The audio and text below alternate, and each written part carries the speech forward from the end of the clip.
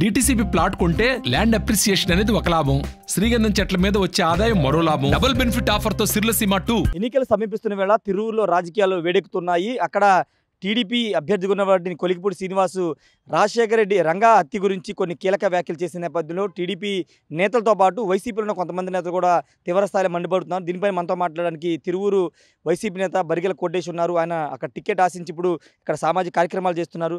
మీరు అక్కడ టికెట్ ఆశించారు, టికెట్ రాలేదు, ఇప్పుడు ఇంకా అక్కడ మీరు మీ కార్యక్రమాలను కొనసాగిస్తున్నారు. ఇప్పుడు రంగా హత్య గురించి కొలికిపూడి చేసిన కామెంట్ని మీరు ఏ విధంగా చూస్తారు? అది ఏ విధంగా చూసేదంటే ఈ రాష్ట్ర ప్రజలు మొత్తం అందరూ గమనించాలి. యాక్చువల్గా రంగా అనే ఆయన కులాలకు అతీతంగా ప్రజాసేవ చేసిన వ్యక్తి. ఈ రోజున అది కులానికి ఇచ్చేశారు, అతన్ని కులాన్ని అతన్ని ఇచ్చేస్తున్నారు. యాక్చువల్గా రంగా గారు ఆ రోజు చనిపోయినప్పుడు కూడా ఆయన ఏ దీక్షతో దేనితో ఉన్నాడు తెలుసుకోండి ఒకసారి. ఎస్సీ ఎస్టీ బీసీలు పేదల కోసం అతను నిరాహార దీక్ష చేస్తున్నాడు. ఒక కులానికి సంబంధించిన వ్యక్తి కాదు.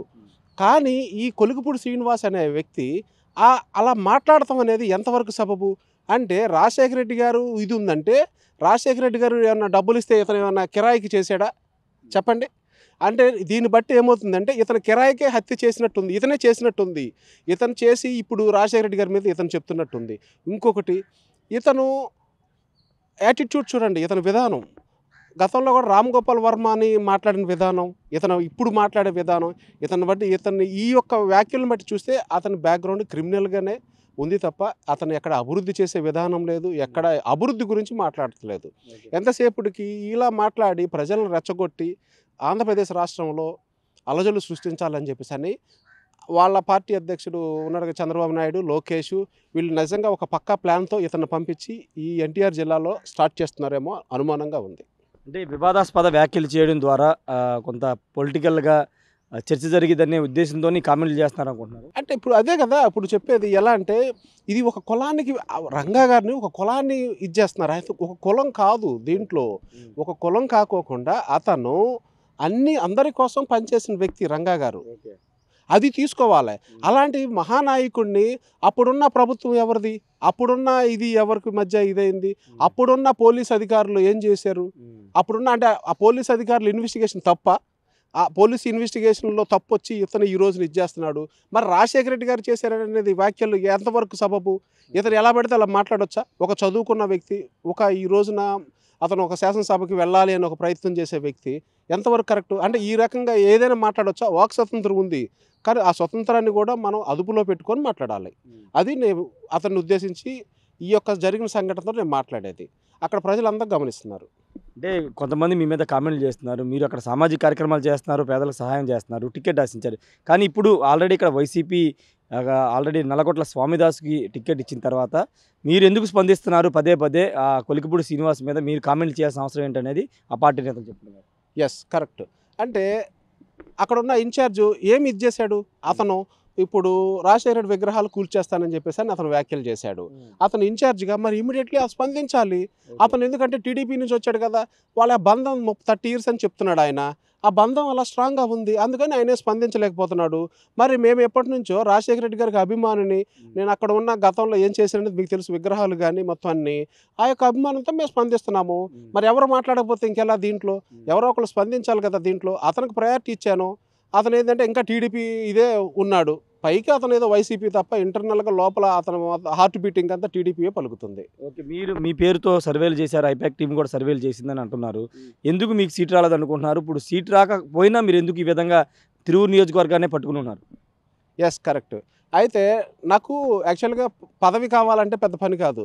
మీకు తెలుసు గతంలో ఏం జరిగిందనేది మీకు తెలుసు. నాకు పదవి కాదు నేను అక్కడికి వచ్చింది ముఖ్యం. నాకు కావాల్సింది అక్కడ ఉన్న అభివృద్ధి చేయడానికి వచ్చాను. అదంతా నా ఫ్యామిలీ మెంబర్స్, నా కుటుంబం అనుకొని అక్కడ నేను ఇప్పటికీ కూడా సేవ కానీ అక్కడ ఉన్న ప్రజలకు అందుబాటులో ఉండడానికి కారణం అది. నాకు పదవి ముఖ్యం కాదు, అక్కడ ఉన్న ప్రజల ఇబ్బందులు, వాళ్ళు అక్కడ సమస్యలు. టీం నిజంగా సర్వే చేసిందా మీ పేరు మీద? ఎస్, ష్యూర్, సర్వే చేసింది. కానీ ఈ ఐపాక్ టీం అనేది ఏం మాట్లాడతాము ఇప్పుడు? ఇవన్నీ మాట్లాడాలంటే చాలా సమస్యలు ఉన్నాయి. మా పార్టీలో ఇక్కడ జరిగే విషయాలు చాలా ఉన్నాయి. ఐపాక్ టీము నిజంగా ఐపాక్ వాళ్ళకి నేను ఒక క్వశ్చన్ వేస్తాను. ఐపాక్ అని చెప్పేసి పెద్ద ఫోజులు కొడతారు కదా. యాక్చువల్గా మరి వాళ్ళు చేసే సర్వేల్లో అక్కడ ప్రజల్లో ఇబ్బందులు గమనించాలి. చిన్న ఉదాహరణ చెప్తాను.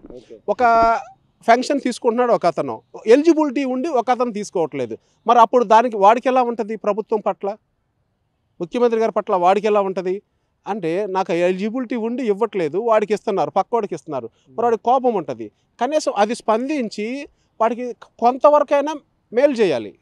మేలు చేసి కనీసం ఇప్పుడు 2750 రూపాయలు ఇచ్చారు, మొన్నటి వరకు, మొన్న 3000 ఇస్తున్నారు. కనీసం వాడికి 1000 రూపాయలు ఇచ్చినా సరిపోతుంది. కొన్ని ఇబ్బందులు ఉన్నాయి దాంట్లో, టెక్నికల్గా కొన్ని ఇబ్బందుల వల్ల ఇది అవ్వట్లేదు. ఇప్పుడు బాగా ఏజ్డ్ వాళ్ళు ఉన్నారు, తంబేయాలి. మరి ఈ తంబు వాళ్ళకి ఈ స్కిన్ ముడతలు పడిపోయి కొన్ని కారణాల వల్ల వాళ్ళ తంబు పడదు. తంబు అయిందే అక్కడున్న వాలంటీర్ వాడు ఇవ్వలేడు. మరి ఎలా దీనికి? ఇవన్నీ కొన్ని టెక్నికల్ కారణాలు. సార్ ఐప్యాక్ ఇవన్నీ అనేది ఏమి లేదు సార్. ఇవన్నీ ఇంకా వాళ్ళు నిజంగా చెప్పాలంటే ఇంకా ఐప్యాక్ అనకూడదు, దాన్ని ఇంకా బొచ్చులో ప్యాక్ అనాలి. ఇంకా అన్నీ పెద్ద విషయమే కాదు. మా పార్టీకి అదొక పెద్ద మైనస్. అంటే ఇప్పుడు మీరు 2029 టార్గెట్ పెట్టుకుని ఇప్పుడు నియోజకవర్గం తిరుగుతున్నారా, లేకపోతే ఇప్పుడు మరోసారి మీకు టికెట్ వస్తుందని ఇంకా నమ్మకంతో ఉన్నారా? నోటిఫికేషన్ రాలేదు కాబట్టి. నాకు టికెట్ వస్తుంది అనేది నమ్మకం అనేది ఒకటే చెప్తున్నాను. నాకు టికెట్ గురించి కాదు, అక్కడ ఉన్న సమస్యల మీద పోరాడాలి. నాకు టికెట్ అనేది నా దృష్టిలో ఇది కాదు. ఆ సమస్యల మీద పోరాటం ఎప్పటి వరకు? నేను ఉన్నంతకాలం చేస్తాను. నేను ఎమ్మెల్యే సీట్ వచ్చే వరకు? ఎమ్మెల్యే సీట్ వచ్చేవారు కాదు, ఎమ్మెల్యే సీటు వచ్చినా రాకపోయినా నేను సమస్యల మీద పోరాటం చేస్తాను.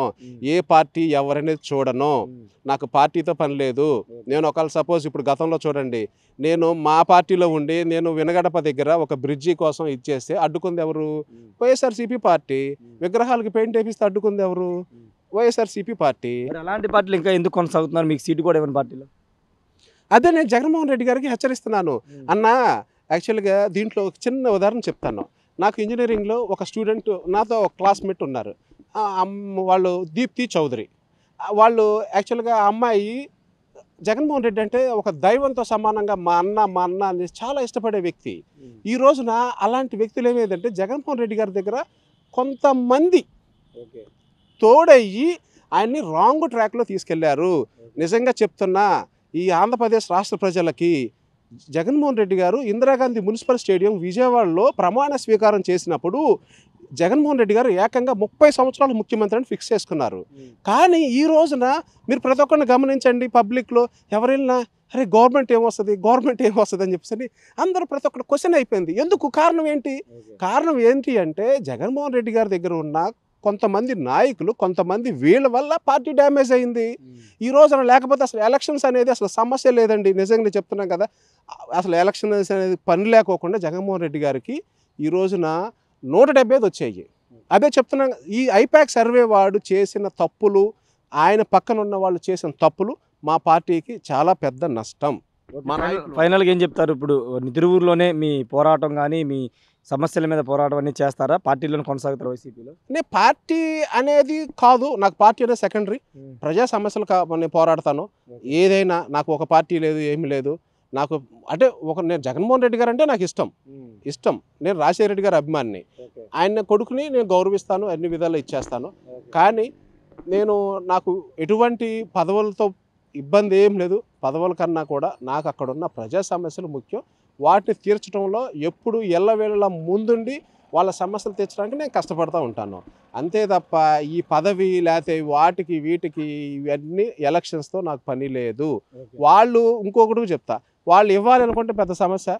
వాళ్ళు నాకు ఏదైనా పదవి ఇవ్వాలన్నా వాళ్ళే, తీసేవేయాలన్నా వాళ్ళే. ఇంకెలాంటప్పుడు ఏముంది? ఇప్పుడు వాళ్ళు కూడా ఎన్నో ఇబ్బందులు పడుతున్నారు. అక్కడ అభివృద్ధి లేదు, ఏమీ లేదు, రోడ్లు లేవు, ఏమి లేదు, ఎవరు అక్కడ పట్టించుకునే వాళ్ళు లేరు. ఇప్పటికిప్పుడు వచ్చి ఇప్పుడున్న వాళ్ళు మేము అభివృద్ధి చేస్తాం అంటున్నారు. ఏం అభివృద్ధి చేస్తారు? ఇన్నాళ్ళు చేయని వాళ్ళు ఇప్పుడు ఏం చేస్తారు? ఆలోచించండి.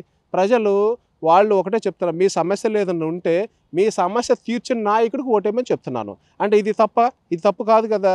అభివృద్ధి కావాలి, అక్కడున్న సమస్య తీర్చేవాడు కావాలి, వాడు నాయకుడు అయి ఉండాలి. సార్ నాయకుడు అంటే ఎలా ఉండాలి? స్పందించాలి సార్. నాయకుడు అంటే జనాల్లో ఉండాలి, ప్రజలకు నమ్మకం కలిగించాలి. టోటల్గా చెప్పాలంటే మరి అలా నమ్మకం కలిగించిన నాయకులు ఎవరున్నారు? ఇప్పుడు వైఎస్ఆర్సీపీ పార్టీలో జగన్మోహన్ రెడ్డి గారు తప్ప మిగతా వాళ్ళు ఎవరు నమ్మకం కలిగిస్తున్నారు? నమ్మకం కలిగించే లెక్కైతే ఈ రోజున ఈ పరిస్థితులు ఎందుకు? ఈ రోజున అప్పుడు టీడీపీ వాళ్ళు ఏం చెప్పారు? ఇంకా అసలు పార్టీ వాళ్ళు జెండా తీసేసి పీకేసుకుని వెళ్ళిపోయే పరిస్థితి. కానీ ఈ నాయకులు చేసిన పొరపాటు వల్ల వాళ్ళు ఇవాళ ఎంతో కొంత బలపడడం ఇక్కడ జరుగుతూ వస్తుంది. పార్టీ కాదు ముఖ్యం, నాకు ప్రజా సమస్యలే ముఖ్యమైన బరిగెల కోటేష్ చెప్తున్నారు. అక్కడ సిట్టింగ్ ఎమ్మెల్యేగా పోటీ చేస్తున్నటువంటి కొలికిపూడి శ్రీనివాసు రంగా హత్య గురించి మాట్లాడడం కరెక్ట్ కాదు, వివాదాస్పద వ్యాఖ్యలు చేసి వివాదాల ద్వారా ఎన్నికల్లో గెలవాలనుకున్నది జరగని పని అని చెప్తున్నారు. తిరువురు ప్రజలు అభివృద్ధిని సంక్షేమాన్ని కోరుకుంటారు, వాళ్ళకే పట్టం కడతారని బరిగెల కోటేష్ చెప్తున్నారు. Camera person ప్రసాద్తో Rayesh RTV Vijayawada నుండి. మరిన్ని వీడియోస్ కోసం ఛానల్ ని సబ్స్క్రైబ్ చేయండి, లేటెస్ట్ అప్డేట్స్ కోసం వాట్సాప్ ఛానల్ ని ఫాలో చేయండి అండ్ లింక్ డిస్క్రిప్షన్ లో ఉంది.